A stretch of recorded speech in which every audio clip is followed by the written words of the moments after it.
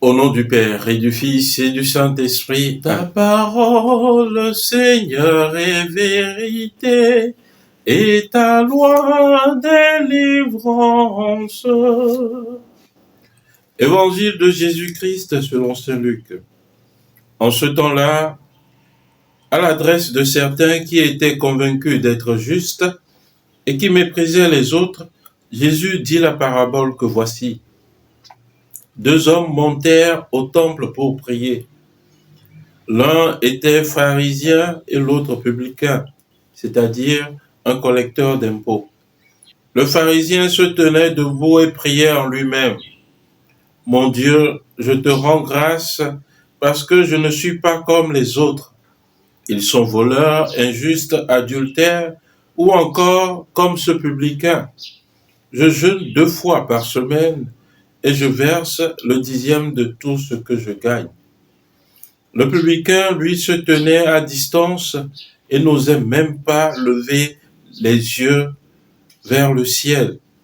Mais il se frappait la poitrine en disant « Mon Dieu, montre-toi favorable au pécheur que je suis. » Je vous le déclare, quand ce dernier redescendit dans sa maison, c'est lui qui était devenu un homme juste plutôt que l'autre.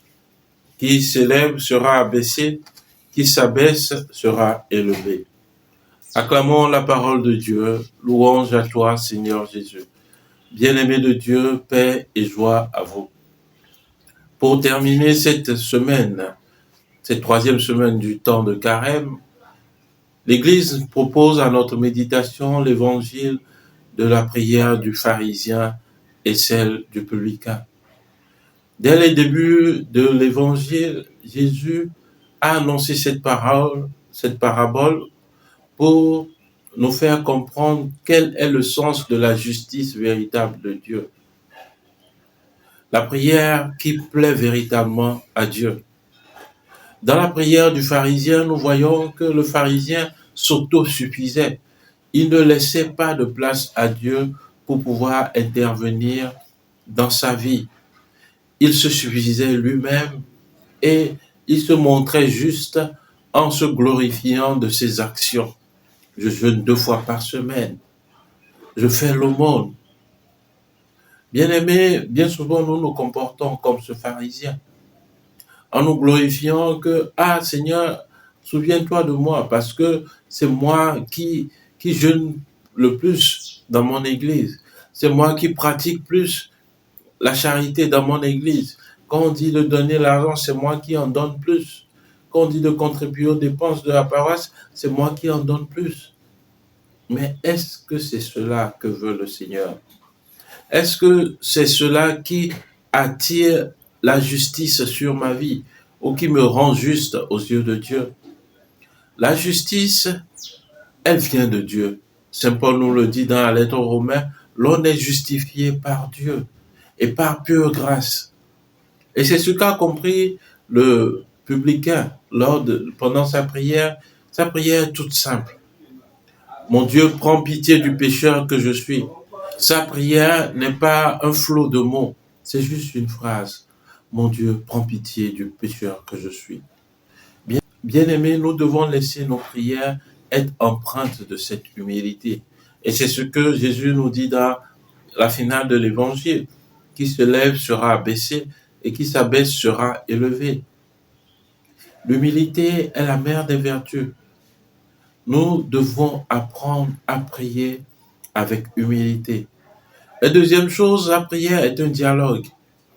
Ce pharisien n'a pas laissé Dieu agir dans sa vie. Il a juste prié en disant ce qui le glorifiait.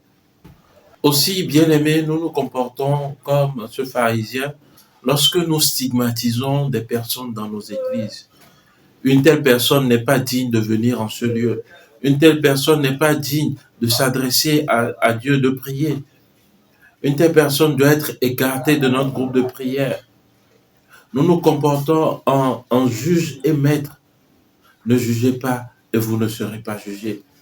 Alors, bien aimé, que cet évangile que nous écoutons, que nous méditons ce jour, nous aide à véritablement comprendre que la prière est un dialogue humble avec Dieu. Et notre justice, elle vient de Dieu.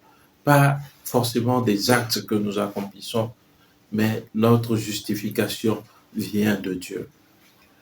Que Dieu Tout-Puissant nous aide et qu'il nous soutienne durant ce temps de carême afin de revenir véritablement vers lui. Prions le Seigneur. À tes fidèles, Seigneur, tends une main secourable afin qu'ils te cherchent de tout cœur et méritent de voir exaucer leur juste demande. Par le Christ, notre Seigneur. Amen. Et que Dieu Tout-Puissant vous bénisse, le Père et le Fils et le Saint-Esprit. Amen. Excellente journée, excellent week-end, et que la bonté de Dieu vous accompagne. Amen.